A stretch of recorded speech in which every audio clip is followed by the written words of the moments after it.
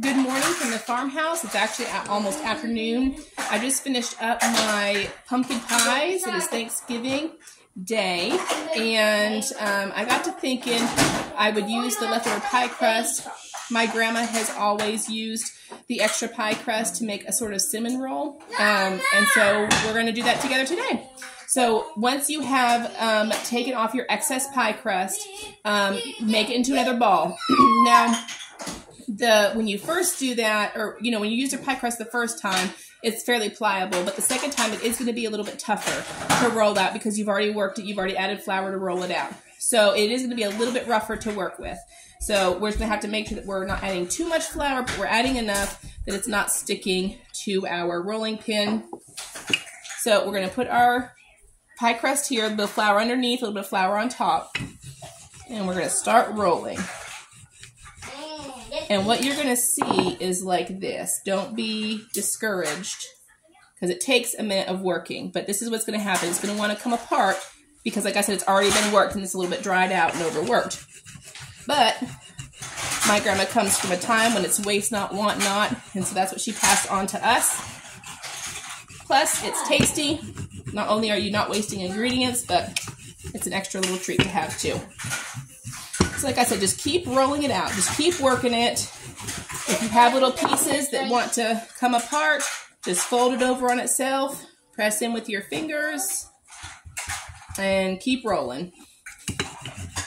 Add flour as you need to. As you see, the pie crust starting to stick. Just add a little bit of flour here and there. But do be minimal on adding the flour, so that you're not drying out your pie crust any more than you need to. Okay, so we're rolling it out about as thin as a pie crust should be.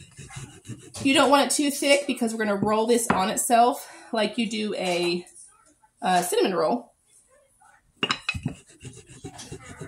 And if you roll it too thick, it won't bake nicely. All right, I have my pie crust rolled out to how I want it. Some people like their pie crust thinner or thicker, but that's about what I do right there.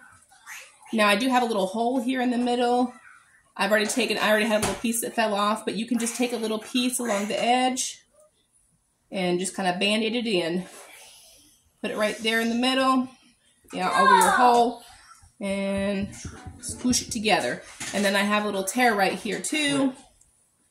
I'm just going to move it and use my fingers to seal up that hole. So this does not need to look perfect by any means.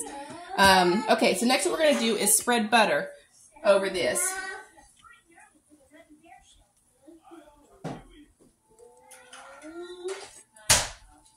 Just kind of a healthy amount of butter. You don't want it to be too thick or you're going to have everything just draining out of it.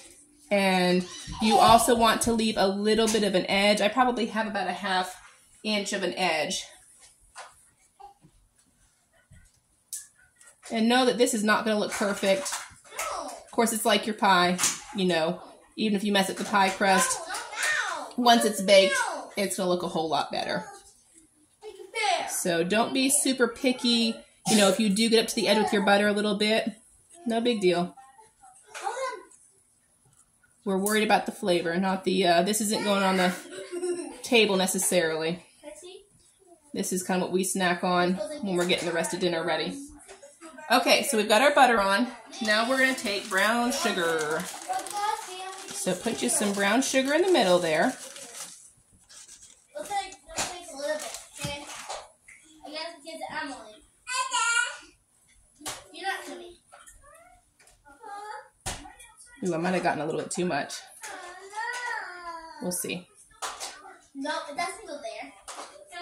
You don't want too much brown sugar because like the butter, if you have too much, it's just going to melt, liquefy in the oven, and it's just going to go everywhere. Okay, so I probably did just a little bit too much on there, but it'll be all right. Okay, now we're going to do cinnamon. And do a pretty healthy sprinkling, I guess to your taste, but we like cinnamon here, so I'm going to give a pretty good little sprinkle there. Now, things that you can add, I love to add raisins. We don't have any and they cost an arm and a leg right now anyway. So you can just do it like this. You can add raisins.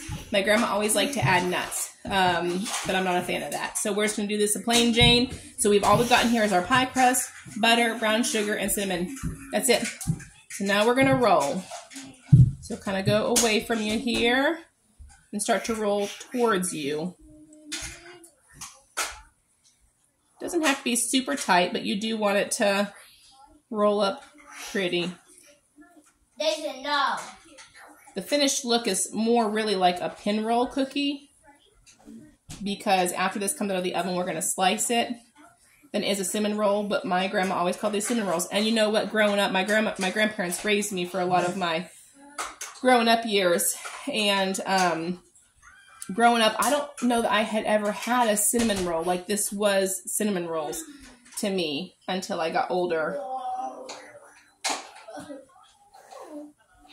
My grandma passed away this March, and I love doing stuff like this. I mean, she passed on so much knowledge. I grew up on a farm, on a pig farm in Pennsylvania, and she, was the typical farm housewife. She taught years. She taught fourth grade for years. She taught for 30-some years, I think. 32 years, maybe? But she, this is a way for me to remember her and let her live on through me, is doing these things that she taught us. So, once I had that rolled up, I just pinched the edges. I kind of made it swerve around here, and I've got it in a glass baking dish. I've also done these on baking pans. If you do them on a baking pan, they're harder to clean, and I'd recommend you put a layer of tin foil down. But now I'm going to put this in my oven. At the same time, my pies are baking at 425, and then at 350 for my pumpkin pies. I'm just going to put this in there and just watch it. And when it's nice and browned up on top, I'll show you, but I'll pull it out. Alright guys, so I popped this in about the same time that I popped my pumpkin pies in. So for the first 15 minutes, it baked for 425. Then I lowered it down to 350 because of my pies. And it has baked for probably another 35 minutes. So I could probably do a little bit more browning on top here, but I think it looks pretty good. This is just where the butter and the brown sugar have come out. So I'll just have to, I always have to soak it real good before I wash it, because it's a bear to wash after that. But there it is. So we'll cut into it and I'll let you see what it looks like.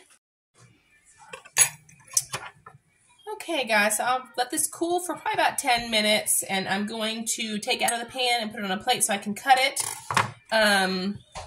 You're just going to take your fork, because this does tend to get glued with this brown sugar butter mix. And in fact, you're not going to don't wait until it's completely cooled to take it out of the pan, or you're going to have, it's going to be stuck in there too good. But just take your fork and slide it underneath the pieces, and eventually it will come free. Lift it out onto your plate. And then I just slice it into pieces like this. Don't touch, that's hot. Y'all remember the 2-year-old stage, right? Okay. So anyway, what it's going to look like is kind of like a pinwheel cookie when it's done. Super yummy. Grandma O's quote-unquote cinnamon rolls. Give it a try if you've got extra pie crust.